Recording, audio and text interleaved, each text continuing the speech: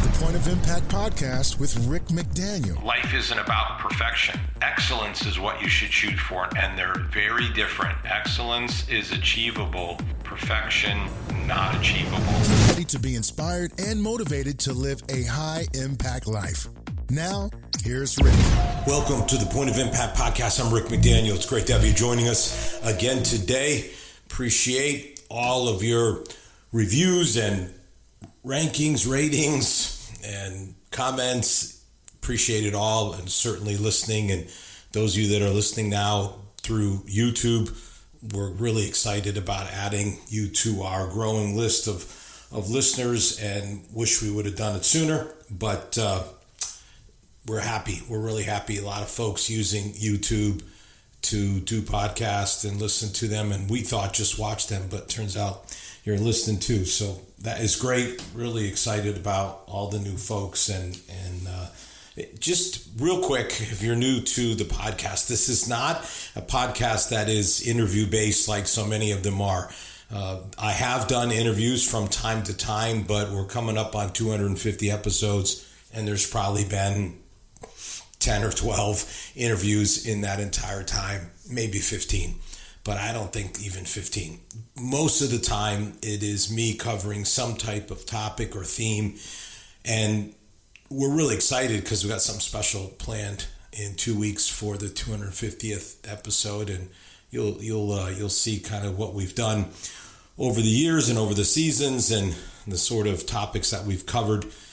But we like to talk about things that are very practical and coming from a Christian perspective. Now, some people criticize me because they think I don't use enough Bible verses and do enough Christian talk. And I would say this is not a Bible study podcast by any means. It is not even a Christian podcast, meaning it's solely just for people who are already followers of Christ. This is a Christian-based foundational principles, but we have lots of listeners that tune in for lots of different reasons, and that's our particular niche and what we're after. So if you're a follower of Christ, you'll certainly feel comfortable and welcome here. But if you're not, I think you'll feel welcome and comfortable as well. And it may introduce some principles to you that you didn't realize were in the Bible, or you didn't even realize that the Christian faith spoke about. And it may cause you to explore further. And that would be great, because that is the best way to live your life for a guy who's talked so much about success. I can't really picture a success life, a successful life, a success-based life that isn't founded on a relationship with God through Jesus Christ. That's your best bet. The principles of the Bible and Jesus' teachings will get you there faster than any other way. So, no doubt about that. But just a little bit about what this podcast is for those of you that are new to it. Today we're going to talk about stress. So again, you think, well, is that sounds pretty practical? Yes, pretty practical. And it's not the first time. In fact, I've done a number of episodes on stress, but this one is going to be a little different because I've discovered something that is literally, almost 45 years old. Book from 1981, and we're going to kind of blend that in with a book I've written, actually, and I think you'll see how it all comes together, and I think it's going to be really, really, really helpful to you. So looking forward to sharing that with you. Just a little more before we jump in, and just say, hey, if you want to know more, just go to rickmcdaniel.com. That is your best place. If you want to learn more about who I am and what I do, rickmcdaniel.com. Just go there, and that will give you all kinds of direction into the books that I have written, into the articles that I write, and speaking and coaching, consulting, and all the sort of stuff that I do. You can find it all right there. If you want to get a weekly devotion from me, you can sign up for that as well, and it's good. It's good stuff. So, all right. So, talked about personalities in the past. Stress in the past. And the reason I said personalities is because the name of this book is actually Your Stress Personalities. So there's this book written 45 years ago, Your Stress Personalities, a look at yourselves, by psychologists Mary Dempsey, Renee Tehista, and Robin Ross Watson. 45-year-old book. Really interesting that it's been around for so long. Here's what is fascinating about it as it relates to what we're going to talk about today and what I've written about in the past. So I wrote a book called You Got Style. And in that book is chapter after chapter about your thinking style, your decision style, your time style, your leadership style, your face style, your parenting style. I mean, it's just filled. It is fascinating information. There's an inventory at the end of every chapter that you can take. I mean, it is just really I love the book. It's if you love stuff like the Enneagram or Myers-Briggs, you just want to learn more about yourself, companies will use this book. By the way, there's one called Your Work Style as well as Your Leadership Style, and those are very helpful in the workplace. Of course, things like parenting style and time style, your financial style, these are super helpful in marriages. I mean, so many arguments are about money, and if you understand your financial style and each other's financial styles, parenting styles, so many arguments happen in those two areas. If you have children, man, it's just super helpful. And so there's just great material. So I wrote that book a number of years ago, and it's been out. And since then, I've collected some other material on other styles that I didn't write about in the book. And I'm like, boy, if I ever do another full book, or maybe do an expanded edition or something, I could add maybe some of these other, although that's make for a long book, so I don't know. But I came across this and I thought, wow, this is another style. Again, what some call personalities, I would call styles. And so 45-year-old book, your stress personalities, and so I would say stress styles. Now, what's fascinating is here we are just stressed out, particularly in the workplace. Gallup report says that people are more stressed out at work than they've ever been. And, that's really weird because if you think about it, there are so many of these wellness and mental health programs, especially at large companies, that are trying to improve job satisfaction, retention, productivity, all kinds of material and support structures that address stress at work. So why isn't that working? Because you go back like in previous generations and you will not see a work wellness packet being handed out. I mean, that wasn't happening. That was not discussed or addressed. So here we are addressing it and discussing it. And by the way, remember, this book is 45 years old. So just think about back when it wasn't being addressed or discussed, it actually had been written about. But why are all these sort of investments in trying to help people stress at work not really delivering like they should? And I think there's a very obvious answer that comes from this book. So these are three psychotherapists, and in their sessions with their patients, they saw certain patterns of self-criticism, self-judgment, but they noticed that they were different, and people responded differently in terms of how they dealt with stress and negative feelings. And so out of that came this 7 stress personalities, which I will call 7 stress styles, because again, that's my way of looking at this, is people learning styles. That's very famous. That's in my book, by the way. But I just use what some people would call personalities. I'm going to call styles. And again, we're talking about close to 20 now there's like 15 in my book. There's another 5 that I've developed since then, including this one here. So if you think about it, you have kind of a one-size-fits-all approach in terms of the, say, corporate action on wellness and mental health, and not really an individualized approach. But if you have, say, 7 different stress styles, then one size doesn't fit all, which is the whole concept of You Got Style in my book, and my thinking on this subject is whatever you're talking about, that's why you would take an inventory and try to determine which style are you, because depending on your style, of course, it's going to radically change, sometimes very radically change how you approach things. For instance, like, why is money the number one thing that couples argue about? It's so understandable when you read that chapter on financial styles and you realize how people have different financial styles, and sometimes very different styles. And because they have very different styles, it just inherently is going to create conflict.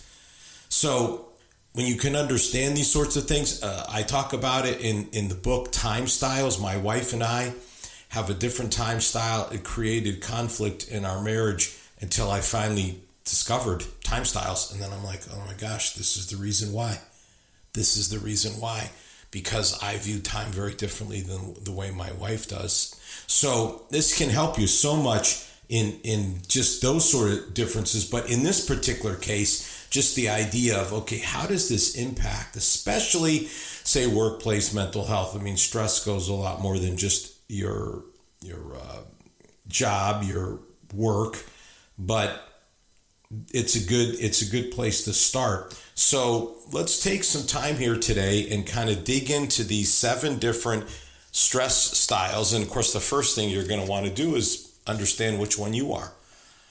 Because when you can understand that, boy, that's going to really help you. Also, of course, if you're married and you can understand your spouses, and even if you say, well, I'm stay-at-home mom, so I don't have, well, yeah, you have a job. You're running that household, and you're going to have a lot of stress that comes from that. So it doesn't matter if you have, and it also doesn't matter, this isn't like, oh, well, I just work at a factory, or I just do some administrative stuff at an office. I don't have some giant career. It's nothing to do with that. Stress is everywhere. It doesn't matter. You don't have to have some sort of quote unquote big time job, if whatever that even means. So let's just jump in. Okay. So the first style is the internal timekeeper. All right. So this person enjoys being in charge, taking responsibility, but often takes on too much responsibility. So what happens then is they get involved in multitasking and failing to recognize when productivity crosses the line to being, say, overburdened. So now when you're in that place, right, if you're then you're managing all this stuff that's going on, and it's overwhelming. So if you're this stress style, then you have to find strategies to slow down. This is your really best stress antidote. Now, how do you do that? Well, one way is to have someone that you can discuss, say, decisions and priorities before you agree to, say, take on a new task or a new project, which could be your spouse, could be someone at your work. But this is the kind of person that really you're just taking on too much. And by the way, some people are simply better at multitasking than others. And that's just not a shot against any one individual, but it is just a statement of fact. So you have to be careful. You may be really stressed out because you're really not that good of a multitasker, and you're better at just sticking with one thing. And again, you think about a book like Deep Work or something, and how valuable it is just to pour yourself into one thing. I mean, there's lots of things about multitasking that, can kind of dilute your effectiveness. And this is why productivity can sometimes suffer. So if your stress style is an internal timekeeper, you've got to understand the only way you're going to be able to lessen your stress is to regulate what you take on and not take on too much. All right, the second style is the striver. So strivers are competitive, they're driven, don't really like asking for help, and frankly are prone to just really wearing themselves out in pursuit of success and achievement, kind of getting up the rungs of the achievement ladder.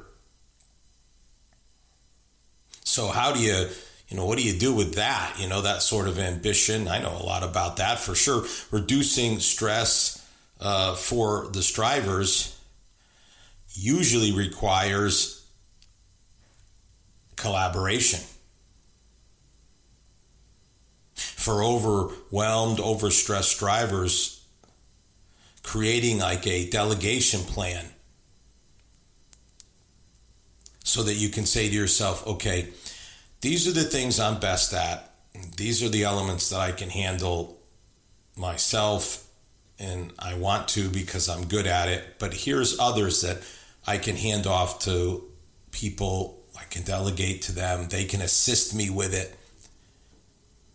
It's just an ability to be able to say, I am driven, I am ambitious, I want to kind of go up the ladder of success, and there's nothing wrong with that, but I've got to understand that no one gets to that level of success on their own. It just doesn't happen. You're fooling yourself, you're lying to yourself if you think that that's true, because it just is not true. So what you need to do is say, I need to have a more collaborative approach to things. And again, I'm not saying give up what you're good at. No, but just stay in that zone. And then let other people handle other aspects of it that aren't necessary for you to handle. And I think if you'll do this, you'll actually find that you enjoy this sort of team approach. It's actually a lot more enjoyable way to work. All right, the third is the pleaser, third stress style. So this person is the one that's just plagued by guilt anytime they have to say no. They just don't want to tell people no. So they sacrifice their own interests and their own peace of mind for the sake of others. But then watch how weird this works. But then they are likely then to experience resentment after taking on too much. So they agree to it because they want people to like them. They don't want to tell people no. But then afterwards, when all of the stress of what that entails comes on them, then they end up really with resentment. So what do you do with this? I'm concerned that I'm not going to be, say, a positive member of the team, a contributing member to the team. Pleasers, people in this style may benefit from kind of keeping track of what's asked of them and really what they're saying yes to. And also learning to say no. I have a whole episode on that, by the way, learning to say no. Seeing firsthand the volume of, say, the projects that they're committing to. If you can just kind of write it down and be like, wow, I am overcommitting.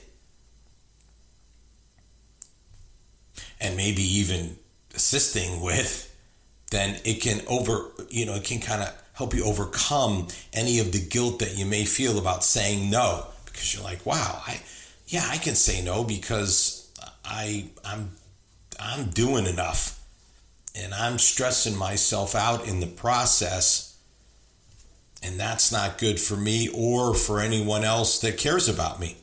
I mean, this is the thing. We all know this, the negative impacts of stress. Again, I've done episodes on this. I mean, it just really, I call it, going from stress to distress. And, some stresses can be motivating and helpful, but I mean, you can get into distress pretty fast. And you get into distress and it's just not good. It's not good for you physically either. And plenty of studies done of how stress impacts people negatively physically and in relationships. All right, here's another. The saber tooth stress style. Say that fast 3 times. Saber-tooths can be volatile, emotional. Forces in the workplace. They can experience anger, frustration in response to stress, and might even unintentionally create a toxic environment for others as they struggle to manage their emotions. And you're like, wow, yeah, I might know a few of those. Or you might say, wow, that's me, just losing it. And then out come all the words that shouldn't be said and the profanity and everything else. Not good. Of course, it can even cost you your job if you say enough nasty things. So what's the benefit here? What can you do? Let's say that way. What positive benefits could you get out of this to turn it around? So how about something like mindfulness exercises within a Christian perspective? Prayer. Just really taking time to slow down enough to get a handle on yourself before you let go with frustration and upset. Giving your concerns to God in prayer.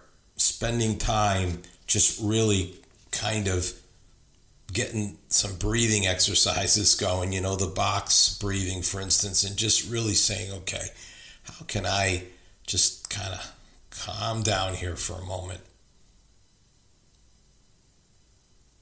Sometimes you need to just step away for a quick 5-minute walk or something like that. The power of the pause, learning to just pause and just think for a moment when you start to feel like you're going to lose it, so that you can make decisions clearer, less emotional. It'll help a lot, friends. It'll help a lot. It'll help your life in many, many ways. You're going to say and do things in this stress style that are not going to help you and bless your life. All right, 5th stress style.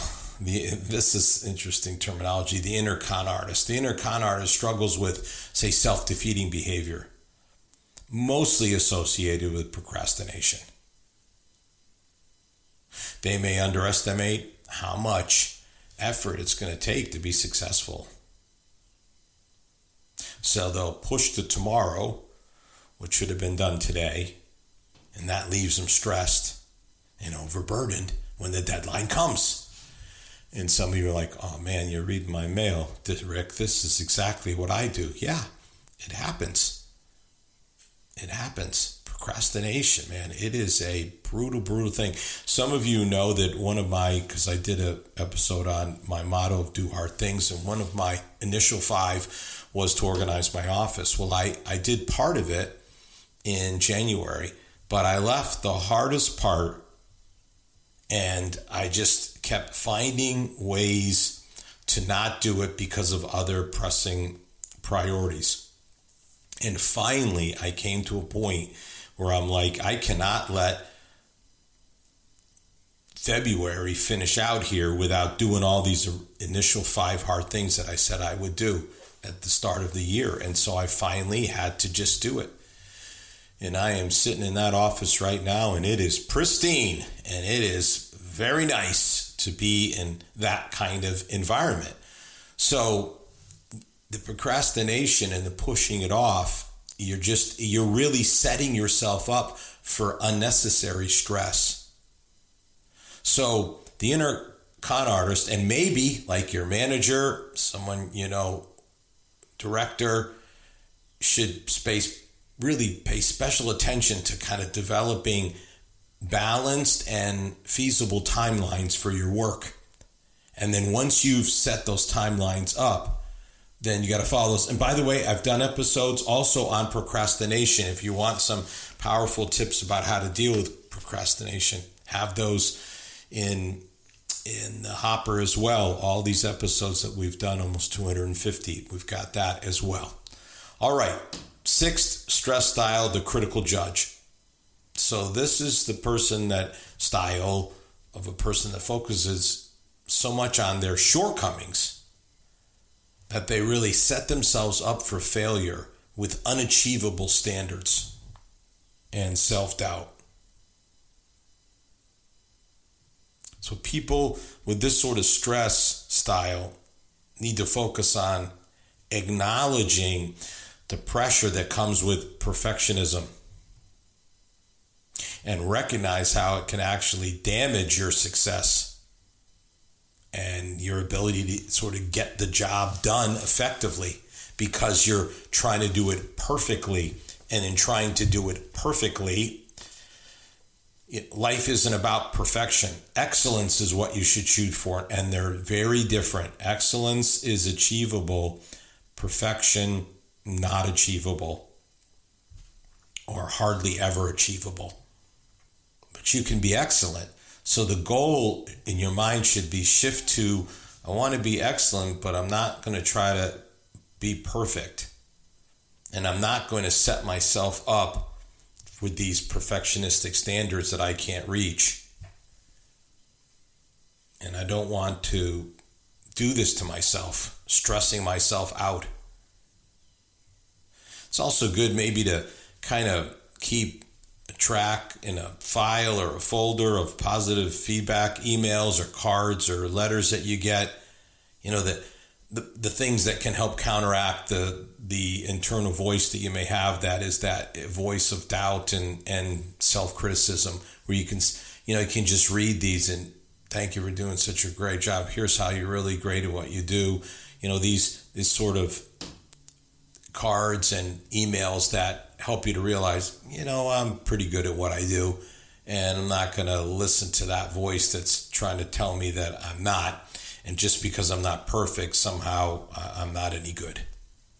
And then the final stress style is the worrier. And this is the kind of style where you're just really obsessing about the future. You really, really don't like unpredictability, which is really tough because we live in this very change-crazed culture where things are unpredictable. So you struggle with maybe even the rumination, just going over and over, that can get in the way of productivity and positivity. You're just constantly kind of ruminating on the negative and on the worry, the fear, what if, and you can't guarantee the future because guess what? No one can. This thing of worry, Jesus said, don't worry about tomorrow. Each day has enough trouble of its own. And Jesus went on to say, can worry, add any years to your life? And of course, we know that, in fact, the very opposite. Worry will take years away from your life. So again, giving these things to God and visualizing Jesus says, come to me, those that are weary and heavy burden, I'll give you rest. Visualize just handing these things off to Jesus. I'm not going to worry about them. You might just want to make a can versus a cannot control list and only focus on what you can control and not find yourself just getting all worked up about things that are outside of your control. And if you can hand these things off to God and pray about these things and really give them to God and stop focusing on the unpredictable and things about the future that no one can control, worrying about what's not going to happen. One study said that, something like 97% about what we worry about never even happens. It's so highly unlikely. So why don't you just focus on what you can control? And you'll do a lot better. So hopefully you've seen yourself in one of these 7 stress styles, maybe seen other people you work with or spouse in it as well.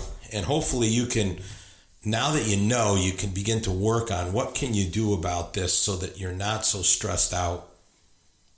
And stress is just not really robbing you of your peace and joy in life. And maybe you can help others to do the same. And if you can, then this episode will have been a roaring success. And I hope that it is.